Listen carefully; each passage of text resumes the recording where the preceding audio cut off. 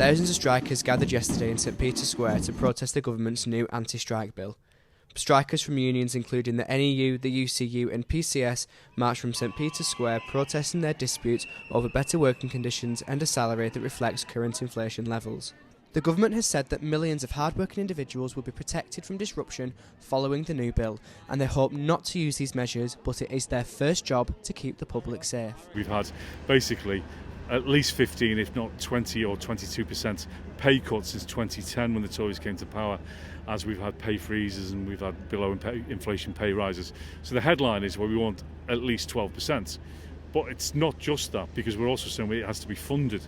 So the measly 5% that they've offered most teachers is enough to bankrupt most schools next year, because they don't put extra money in to help pay that extra pay rise. The news is incredibly misleading about why we're here today, so it's important that we make it clear it's not just about a pay rise, especially when we've had a pay rise which has actually been a real terms pay cut. It's about schools being funded properly so that the pay rise isn't coming from the schools' budgets.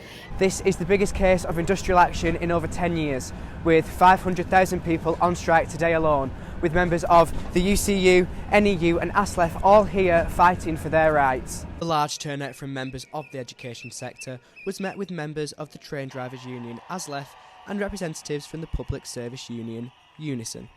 Greater Manchester Keep Our NHS Public and Keep Our NHS Public nationally completely supports the strikes, all the strikes that are going on, particularly obviously of health workers because we're an NHS campaign, but we support all the strikers because we know that what they're doing is not just striking for pay, it's not just a pay dispute. This is about attacks by the government, very deliberate attacks by the government that have been going on for some time. It's not recent. This is just the start of many more strikes to come as workers continue to share their despair with the current government.